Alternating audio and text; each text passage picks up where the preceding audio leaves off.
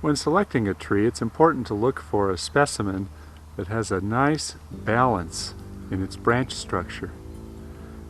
This specimen here, which is a purple leaf flowering plum, has a very nice wide, even branching with no codominant leaders, with no tight inclusion branches, with no crossovers, and for the most part this is going to develop into a very, very nice tree.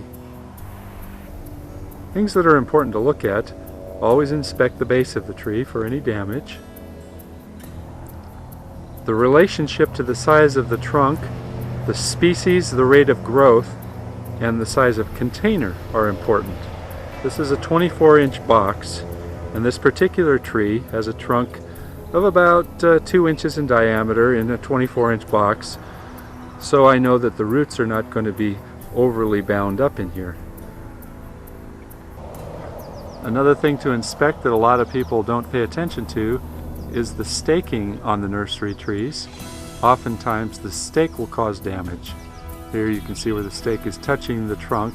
I don't see this as a problem, but oftentimes there will be wounds up and down the trunk as a result of it. This is the same variety of tree, but has a much more upright structure to it. Oftentimes you'll find a tree that has branches that grow so tight together that as they get larger and larger, you have to think about the future. Each of these limbs, which are little twigs now, when they're 3 and 4 and 5 inches in diameter, are going to end up growing into each other. Certainly you can do some pruning to alleviate that problem in the future, but it's much better to choose a specimen that has a good balance of branches to begin with and allow that to develop. Oftentimes the nurseries will snip back their trees so that the appearance of the tree is much bushier, which makes them easier to sell.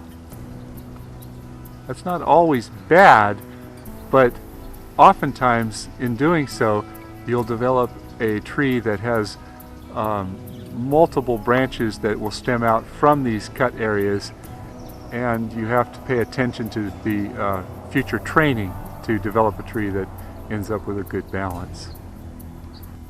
Here is a tree that was snipped back similar to the last picture last year, and as you can see it developed 4 or 5 new branches that stemmed from this, which created a fairly congested interior, and each of those has grown very, very, very tall. This tree, for instance, is all one-sided. Now you may be able to counteract that by planting the tree a little bit crooked, but as you can see the trunk is very straight,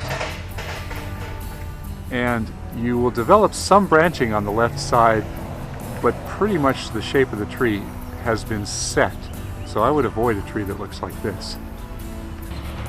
Here's another vase that is very, very tight. This vase is very tight, as you can see by looking closely. As this tree develops, these branches are going to push on each other. They're so tight that when each of these is 3 or 4 inches in diameter, they'll end up pushing, and these small splits will become large splits. A tree like this could self-destruct.